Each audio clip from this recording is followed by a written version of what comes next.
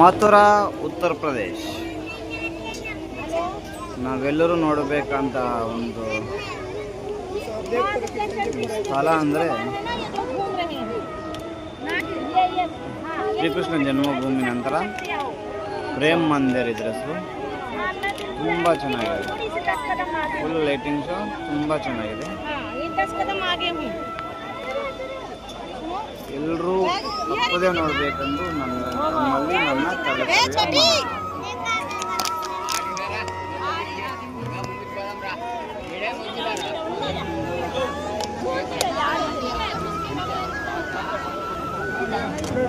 ಕಾಲಿಂಗನ ಮೇಲೆ ಶ್ರೀಕೃಷ್ಣ ನೃತ್ಯ ಮಾಡ್ತಿರುವಂತಹ ಒಂದು ಅದ್ಭುತವಾದ ಸೀನ್.